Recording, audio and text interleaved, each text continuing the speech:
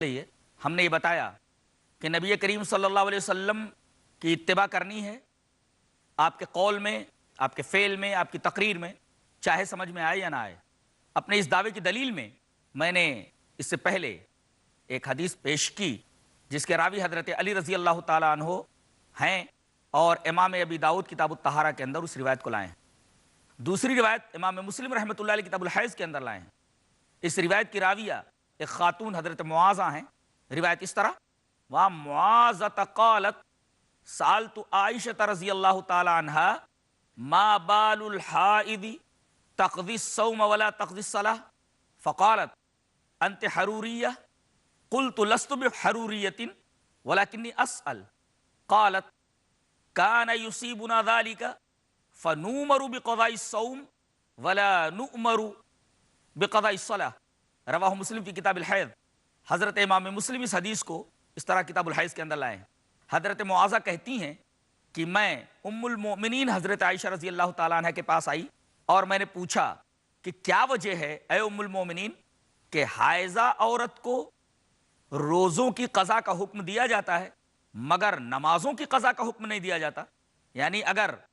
رمضان شریف میں کسی عورت کو حیض آ جائے تو حیض کے ایام میں وہ روزے نہ رکھے، بعد میں اس کی قضا کرے، لیکن اگر ایام حیض میں نمازیں جو چھوٹ گئی ہیں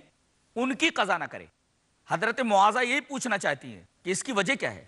کہ نبی کریم صلی اللہ علیہ وسلم نے ہمیں روزوں کی قضا کا حکم تو دیا لیکن نمازوں کی قضا کا حکم نہیں دیا جب ہم حالت حیض میں ہوتی ہیں اور جس میں ہماری نمازیں یا روزے چھوٹ جاتے ہیں۔ تو نماز اور روزوں کی قضا کے بارے میں جو فرق ہے اس کی کیا وجہ ہے؟ تو پہلے حضرت عائشہ رضی اللہ تعالی عنہ نے حضرت معاذہ سے یہ کہا انت حروریہ، کیا تو حروریہ ہے؟ یعنی یہ ایک گمراہ فرقہ تھا اور جس کا ایک منہج یہ تھا کہ جو بات عقل کے خلاف ہوتی تھی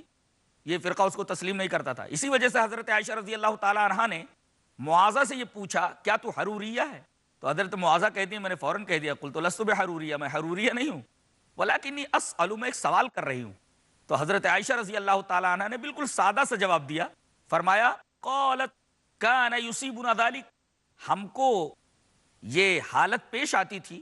تو ہمیں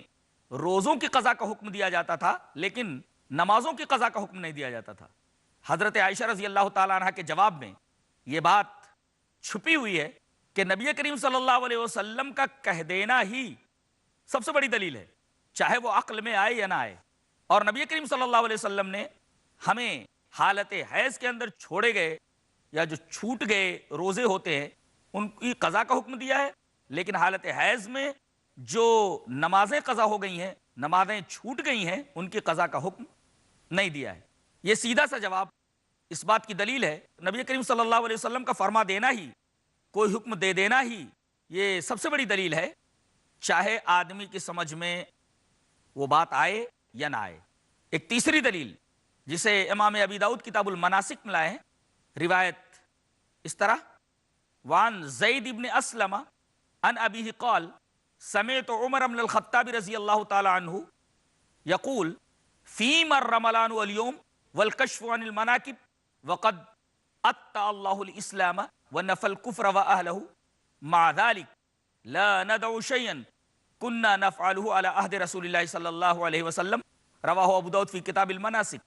حضرت زید بن اسلم اپنے باپ سے روایت کرتے ہیں، وہ کہتے ہیں کہ میں نے حضرت عمر بن خطاب رضی اللہ تعالیٰ عنہ کو یہ بیان فرماتے سنا کہ اب رمل کرنے کی ضرورت کیا رہ گئی اور کندھے کھولنے کی ضرورت کیا رہ گئی۔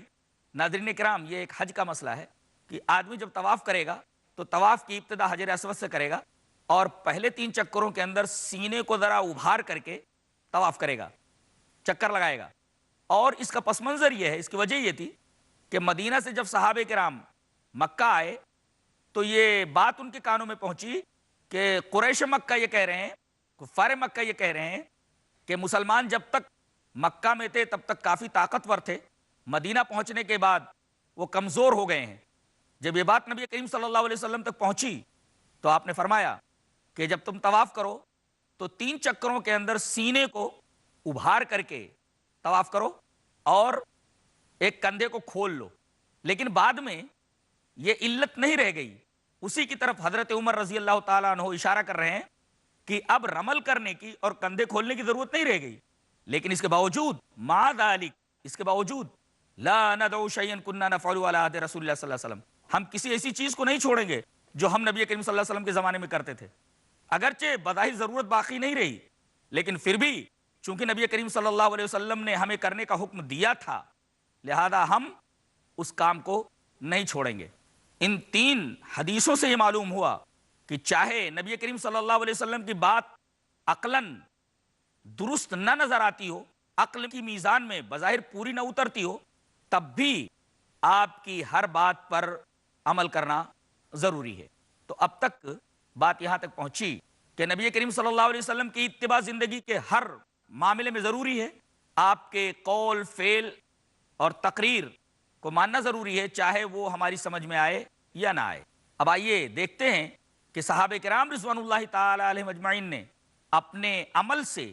نبی کریم صلی اللہ علیہ وسلم کی اتباع کا کیسا ثبوت پیش کیا ہے۔ سب سے پہلے ہم حضرت ابو سعید خدری رضی اللہ تعالیٰ عنہ سے مروی ایک روایت آپ کے سامنے پیش کریں گے، جسے حضرت امام ابی داؤد رحمہ اللہ ابو داؤد شریف کتاب الصلاۃ کے اندر لائے ہیں۔ روایت اس طرح: وعن ابی سعید الخدری رضی اللہ تعالیٰ عنہ قال بینما رسول اللہ صلی اللہ علیہ وسلم یصلی باصحابہ اذ خلانا علیہ فوضعہما عن یسارہ فلما رأى القوم ذلك القوا نعالهم فلما قضى رسول الله صلى الله عليه وسلم صلاته قال ما حملكم على القائكم نعالكم قالوا رأيناك ألقيت نعليك فألقينا نعالنا فقال رسول الله صلى الله عليه وسلم إن جبريل عليه السلام أتاني فأخبرني أن فيهما قذرا وقال إذا جاء أحدكم المسجد فلينظر فإن رأى فينا عليه قذرا أو أذى فليمسحه وَلْيُصَلِّ فِيهِمَا رواہ ابو داؤد فی کتاب الصلاۃ۔ حضرت امام ابی داؤد اس حدیث کو ایسے کتاب الصلاۃ کے اندر لائے ہیں۔ راوی حضرت ابو سعید خدری ہیں۔ حضرت ابو سعید خدری رضی اللہ تعالیٰ عنہ فرماتے ہیں کہ اس دوران کہ نبی کریم صلی اللہ علیہ وسلم اپنے صحابہ کو نماز پڑھا رہے تھے، اچانک آپ نے نماز کی حالت ہی میں اپنے دونوں جوتوں کو اتار لیا۔ ناظرین کرام، ابو سعید خدری رضی اللہ تعالیٰ عنہ سے مروی اس روایت سے پہلا مسئلہ تو یہ معلوم ہوا کہ جوتے پہن کر کے نماز پڑھنا جائز ہے، اور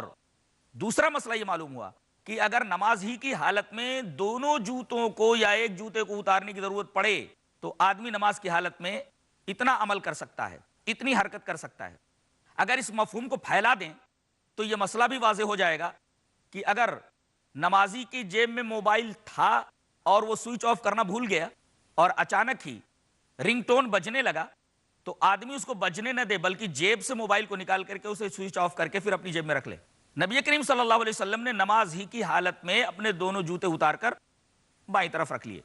پیچھے جب صحابہ کرام نے آپ صلی اللہ علیہ وسلم کی اس حرکت کو دیکھا، اس فعل کو دیکھا، تو سبوں نے اپنے اپنے جوتے اتار کر کے اپنے بائیں جانب رکھ لیے۔ جب نبی کریم صلی اللہ علیہ وسلم نے اپنی نماز ختم فرمائی اور آپ صحابہ کرام کی طرف مڑے، ایک مسئلہ اور بھی معلوم ہوا، وہ یہ کہ امام کو چاہیے کہ سلام پھیرنے کے بعد مقتدیوں کی طرف مڑ کر بیٹھے۔ نبی کریم صلی اللہ علیہ وسلم نے جب سلام پھیرا اور آپ مقتدیوں کی طرف مڑے تو آپ نے دیکھا کہ جن جن لوگوں نے جوتے پہن رکھے تھے ہر ایک نے اپنے جوتے اتار کر کے بائیں طرف رکھ رکھے۔ تو آپ نے سوال کیا ما حملکم علی القائکم نعالکم، ارے بھائی تم لوگوں نے جوتے کیوں اتار دیے؟ صحابہ کرام نے بڑا پیارا جواب دیا، قالوا رأیناک القیت نعلیک فالقینا نعالنا، اے اللہ کے رسول ہم نے دیکھا کہ آپ نے جوتے اتار دیے تو ہم نے بھی جوتے اتار دیے۔ یہ بڑا پیارا جواب ہے، اسی کو اتباع کہتے ہیں کہ نبی کریم صلی اللہ علیہ وسلم کوئی کام کریں تو آدمی بلا چوں چرا اس کے اوپر عمل کرے، کیوں اور کیا کو دخل نہ دے۔ نبی کریم صلی اللہ علیہ وسلم نے اپنے جوتے اتارنے کی وجہ بتائی کہ تم لوگوں کو جوتے اتارنے کی ضرورت نہیں تھی، میں نے جوتے کیوں اتارے؟ حضرت جبرائیل علیہ السلام میرے پاس آئے اور انہوں نے بتایا کہ دونوں جوتوں کے اندر گندگی لگی ہوئی ہے۔ ناظرین کرام، ایک بات اور معلوم ہوئی، ایک مسئلہ اور یہاں واضح ہوا، وہ یہ کہ اگر بدن کے اندر، کپڑوں کے اندر گندگی لگی ہوئی ہو تو نماز نہیں ہوتی ہے، یہ مسئلہ بھی معلوم ہوا۔ اور ایک عقیدے کا مسئلہ یہ معلوم ہوا کہ نبی کریم صلی اللہ علیہ وسلم نماز پڑھانے کے لیے کھڑے ہو گئے، لیکن آپ کو علم نہیں تھا کہ میرے جوتوں کے اندر گندگی لگی ہوئی ہے۔ اسے پتا چلا کہ نبی کو غیب کا علم نہیں ہوتا۔ اور اس کے بعد آپ نے مسئلہ بتایا کہ جب بھی کوئی مسجد میں آئے جوتا پہنے ہوئے ہو تو اسے اپنے جوتوں کی طرف دیکھ لینا چاہیے، اگر کوئی گندگی لگی ہو تو اس کو پوچھ لے، اسے رگڑ لے اور اس کے بعد اسی میں نماز پڑھ لے۔ ایک مسئلہ اور معلوم ہوا کہ جوتوں کے اندر گندگی رگڑنے سے صاف ہو جاتی ہے، اگر آدمی دھلنا نہ چاہے پانی سے تو ایسا کر سکتا ہے۔ ناظرین اکرام، آپ نے اس حدیث پاک کے اندر یہ ملاحظہ کیا، یہ دیکھا کہ صحابہ کرام رضوان اللہ تعالی علیہم اجمعین کس طریقے سے نبی کریم صلی اللہ علیہ وسلم کی اتباع کرتے تھے اور آپ کے ہر بات کو بلا چون و چرا تسلیم کر لیتے تھے۔ اسی کا نام اتباع ہے۔ ناظرین اکرام،